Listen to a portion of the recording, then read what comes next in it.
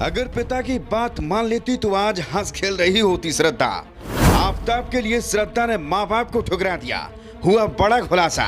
श्रद्धा ने पिता से कहा था, आज से मैं आपकी बेटी नहीं हूँ, और फिर आफताब के साथ चली गई थी। आफताब ने जो किया उसे पूरे देश की बेटियों को लेना होगा सबक। श्रद्धा बॉकर केस में नए नए खुलासे हो रहे हैं। अब एक ऐसी बात सामने आई है जैसे अगर श्रद्धा ने भी मान लिया होता तो शायद आज जिंदा होती। ये बात उसके पिता ने बताई है। उन्होंने उस दिन के बारे में भी बताया जब आफताब के लिए श्रद्धा ने माँ बाप को ठुकरा दिया था।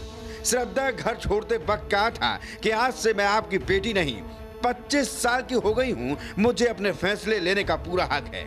श्रद्धा के पिता विकास मदान वॉकर ने कहा कि बेटी और आफताब अमीन पूनावाला के अफेयर के करीब 18 महीने बाद हमें दोनों के रिलेशनशिप का पता चला।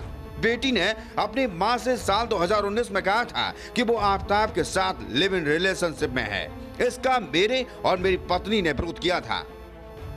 उन्होंने आगे बताया कि इस रिलेशनशिप को और बढ़ाने से मना करने पर श्रद्धा ने कहा कि मैं 25 साल की हो गई हूं, मुझे अपने फैसले लेने का पूरा हक है, मुझे आफताब के साथ लव इन रिलेशन में रहना है। उन्होंने कहा कि मैं आज से आपकी बेटी नहीं। ये कहकर वो घर से जाने लगी तो मेरी पत्नी ने काफी मन्नतें की, मगर वो नहीं मानी और आफताब के साथ चली गई।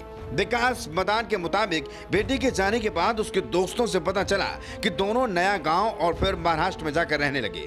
कभी कभी श्रद्धा अपनी मां को फोन करके बताती थी कि आफताब उसके साथ मारपीट करता है। विकास मदान ने बताया कि पत्नी की मौत के बाद 1-2 बार श्रद्धा ने मुझे भी फोन किया, तब भी उसने आफताब की हरकतों के बारे में बताया। यही बात उसने घर आकर भी बताई थी। इस पर मैंने आफताब को छोड़कर वापस घर लौट आने के लिए कहा था, मगर आफताब के मनाने पर वह उसके साथ चली गई। ऐसी भी 14 सितंबर को मेरे बेटे श्रीजय को श्रद्धा के दोस्त लक्ष्मण ने फोन करके बताया कि उसकी बहन का फोन 2 महीने से बंद है। अगले दिन मैंने बेटे से बात की, उसने इस बारे में मुझे बताया तो मैंने लक्ष्मण से बात की और थाना मानिकपुर महाराष्ट्र में श्रद्धा की लापता होने की रिपोर्ट दर्ज कराई। विकास ने बताया कि रिपोर्ट दर्ज कराने के बाद पता चला कि श्रद्धा आफताब के साथ दिल्ली में रह रही है।